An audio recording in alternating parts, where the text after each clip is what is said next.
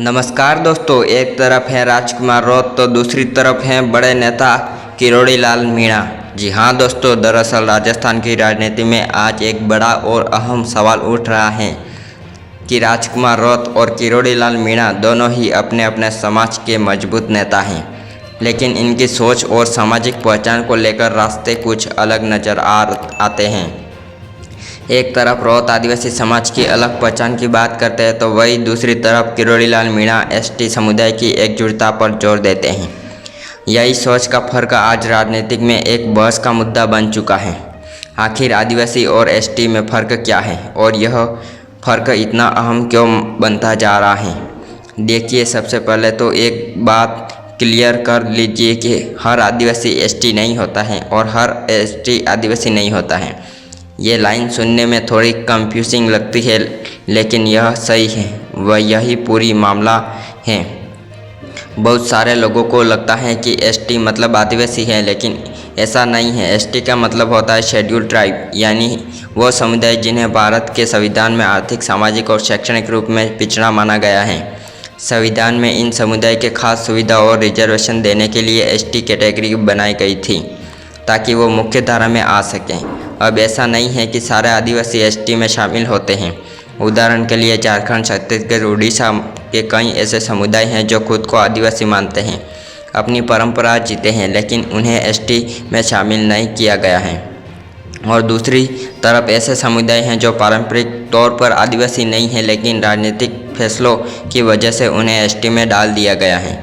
यह कैटेगरी आज कोई नई नहीं है, इसकी शुरुआत ब्रिटिश काल में हुई थी। कुछ इलाकों को शेड्यूल एरिया और पार्शियली एक्सक्लूडेड एरिया घोषित किया गया था, जहां ज़्यादातर आदिवासी समुदाय रहते थे। ब्रिटिश सरकार ने वहां अलग कानून चलाया ताकि वो लोग अपनी परंपरा और ज़मीनों से जुड़े रहें।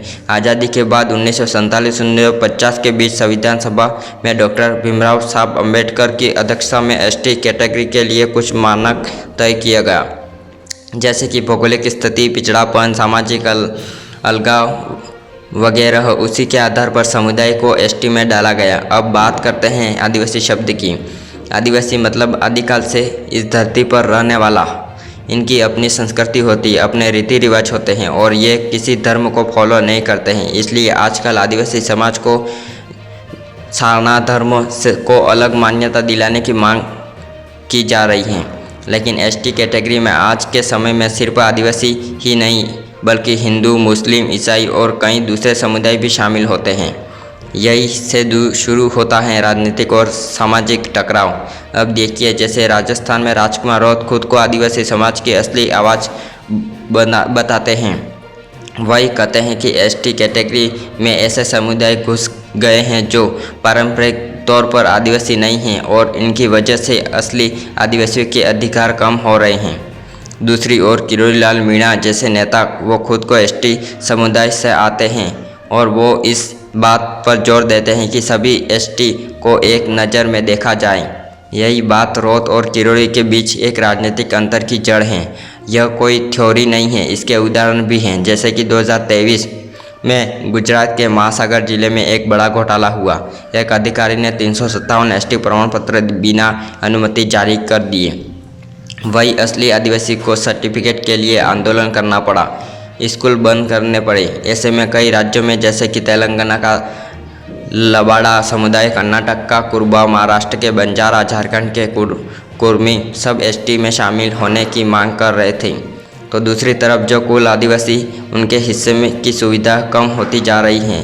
तो दोस्तों, यही वजह है कि आज आदिवासी बनाम एसटी का मुद्दा सिर्फ संस्कृति नहीं बल्कि राजनीतिक विस्फोटक बन गया है, क्योंकि एसटी स्टेटस को देखते हुए आरक्षण, सरकारी नौकरी, राजनीतिक में प्रतिनिधित्व और वोट बैंक। क्या राय है आपकी? क्या राजकुमार रौत जो आदिवासियों के अधिकारों के लिए लड़ते हैं उनकी बात सही है, या फिर जो किरोड़ी लाल मीणा हैं जो एसटी की मान्यता देते हैं उनकी बात सही है? आप किसके पक्ष में हो, राजकुमार रौत या किरोड़ी लाल मीणा? अपनी राय कमेंट बॉक्स में जरूर दें और लेटेस्ट खबरें देखने के लिए हमारे इस चैनल को सब्सक्राइब जरूर करें। धन्यवाद।